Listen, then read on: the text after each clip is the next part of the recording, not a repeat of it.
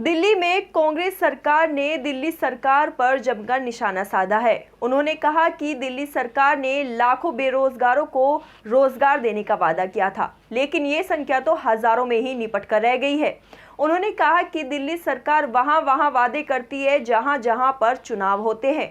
तो आइए देखिए इस रिपोर्ट में कि आखिर अनिल भारद्वाज का क्या कुछ कहना है। नहीं, हमने ये कहा है कि वो सरकार जिसकी पार्टी 2015 के घोषणा पत्र में 8 लाख रोजगार का वायदा दिल्ली के नौजवानों से करती है। प्रचार प्रसार में दूसरे राज्यों में जाके भी ये कहा जाता है मुख्यमंत्री जी के द्वारा कि 8-10 लाख रोजगार हमने दिल्ली में नौजवानों को दिए, और लगातार एक भ्रमजाल बातों का, वायदों का, नारों का डाला जाता है कि दिल्ली में हमने इतने नौजवानों को रोजगार। उससे नौजवान जो सपने बनते हैं, अपने सपनों को बुनते हैं, उसमें रंग भरते हुए देखते हैं, वो आज निराश है, हताश है।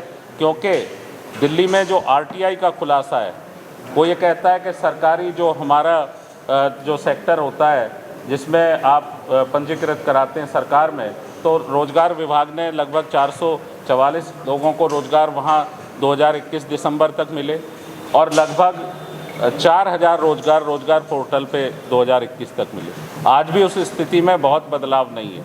दिल्ली में रोजगार लगातार घट रहे हैं। दिल्ली में कोरोना के बाद तो रोजगार दिन प्रतिदिन लोगों को रोजगार खोना पड़ रहा है। हमारा जो सेक्टर था बड़े संख्या में रोजगार देने का, टिनी मिनी हाउस होल्ड इंडस्ट्री, लघु और कुटीर उद्योग, वो भी चरमरा गई है व्यवस्था, वहाँ पे भी रोजगार नहीं है।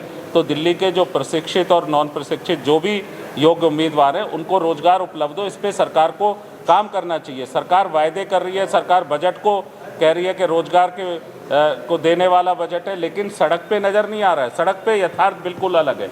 आपको मैंने कहा कि द हिंदू अखबार का जो अभी आर्टिकल आया 4 दिन पहले, ये स्पष्ट करता है कि मिसलीड कर रही है गवर्नमेंट, दिल्ली की सरकार मिसलीड कर रही है नौजवानों को। 12,558 रोजगार सरकार और गैर सरकारी जगहों पे अब तक उपलब्ध हुए हैं, और सरकार 8-10 लाख रोजगार की बात करती है। कौन रोजगार हैं? हम चाहते हैं उनकी संख्या, उनके नाम, उनका एड्रेस बताया जाए कि इन लोगों को रोजगार मिला है। हम ये कहना चाहते हैं कि आप बाहर जाके तो बात करते हैं लगातार कि हम स्टाइफंड देंगे, हम बेरोजगारी भत्ता देंगे। जब आप जाते हैं उत्तराखंड में वोट मांगने, दिल्ली के नौजवान का क्या कसूर है भाई? दिल्ली की सरकार से दिल्ली का नौजवान पूछ रहा है, 3-3 बार आपकी सरकार बना दी, दिल्ली के नौजवान को बेरोजगारी भत्ता क्यों नहीं दे रहे? दिल्ली कांग्रेस की मांग है, दिल्ली के नौजवान को, दिल्ली के बेरोजगार युवा को बेरोजगारी भत्ता दो। दिल्ली में जो मनरेगा की तर्ज पे शहरी रोजगार गारंटी योजना आप लाइए, हमारी ये डिमांड है बहुत प्रमुखता से।